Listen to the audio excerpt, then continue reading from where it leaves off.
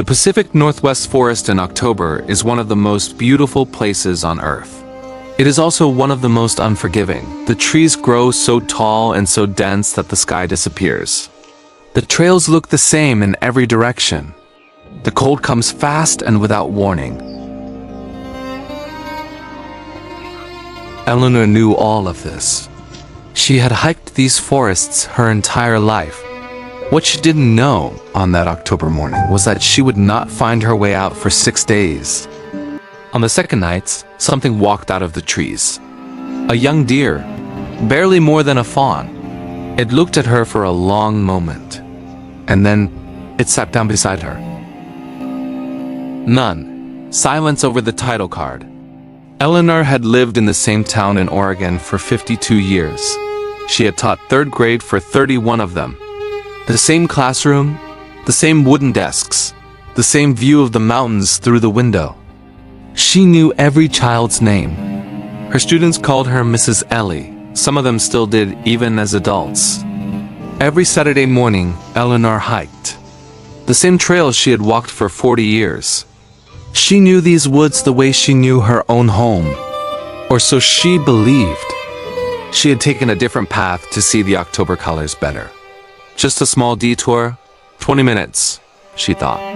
Maybe 30, but the trail she had left behind was gone.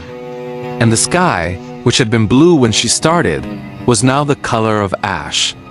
Eleanor stood very still in the middle of the forest and took 3 slow breaths. She had taught her students to do this when they were afraid. It helped then. She hoped it would help now. When the darkness came, Eleanor stopped walking. She had read enough survival guides to know that moving at night in an unfamiliar forest was how people died. She found the biggest tree she could, a Douglas fir whose trunk was older than the country, and she sat against it. She inventoried what she had: a granola bar, half a bottle of water, a small emergency kit she always carried but had never needed, a phone with no signal. She ate half the granola bar. She drank 2 small sips of water, and then she waited for morning. Day 2 brought rain. Heavy, cold, relentless Pacific Northwest rain that soaked through everything. Eleanor walked in a wide spiral, trying to cross her own trail, trying to find a stream to follow. She found a stream. She followed it for 3 hours. It led her to a beaver dam and then disappeared underground. She drank from it carefully and walked back the way she had come.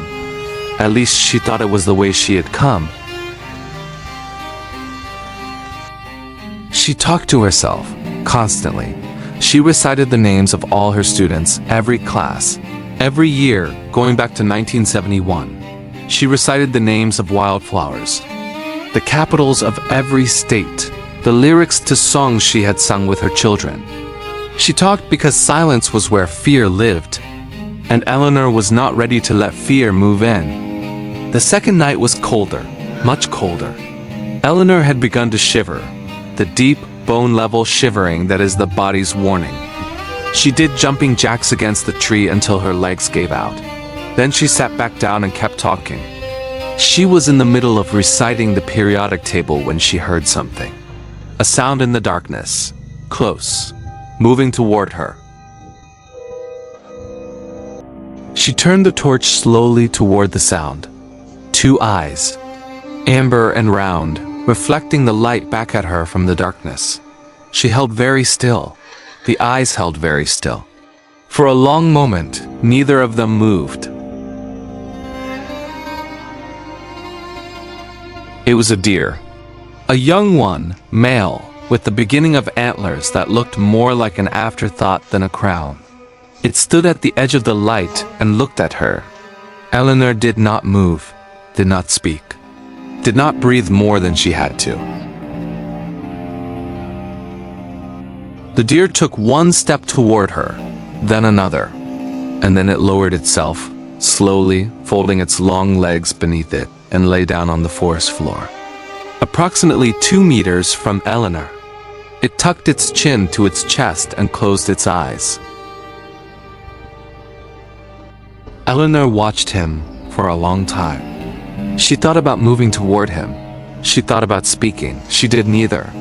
Instead, she leaned her head back against the tree. And for the first time in 2 days, she felt something she hadn't expected to feel. Safe, not rescued, not found, not warm or fed or out of danger. Just not alone. And in that moment, in that forest, that was enough. He came back the next night, and the night after that. Every evening as the light faded from the forest, Eleanor would hear him before she saw him. A soft sound in the ferns, then those amber eyes in the dark. Every morning, with the first gray light, he would rise and disappear back into the trees. She named him October. By day 4, Eleanor's body was failing her. She had eaten the last of the granola bar on day 2. She had found wild berries. She knew enough to be careful and eaten small amounts. But her hands had begun to shake. Her feet were blistered and swollen inside her boots. She found a small clearing with a stream and decided to stay. If she kept moving, she would die moving. If she stayed, someone might find her. She built a signal with stones in the clearing. Large letters, help. Then she sat down beside the stream and waited.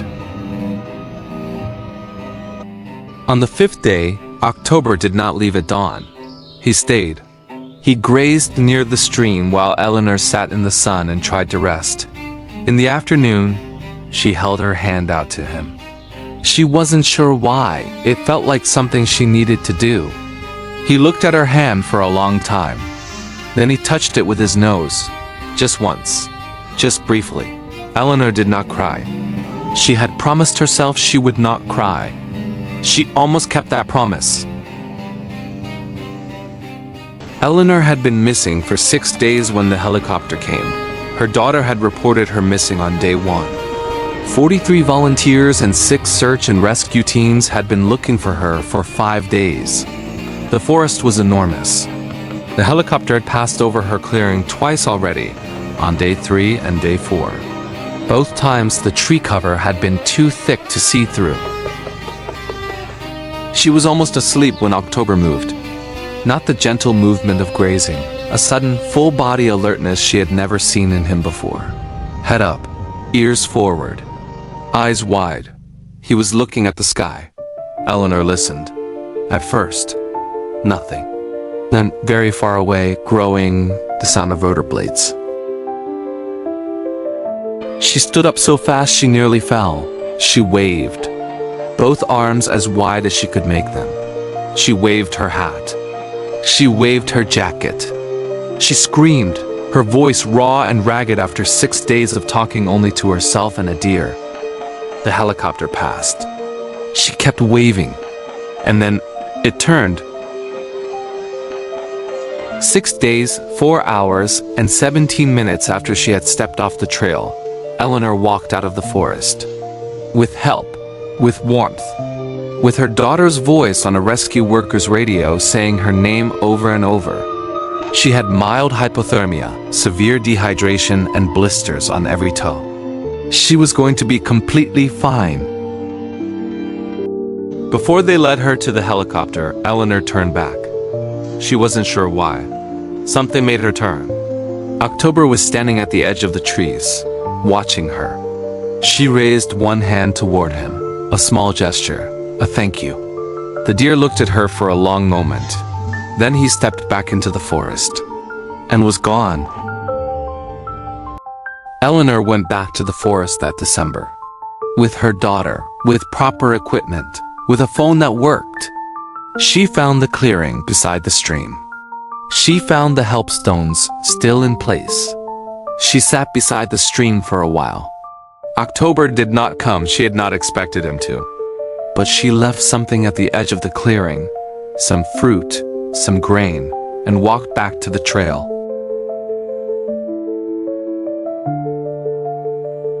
Eleanor still hikes, every Saturday morning.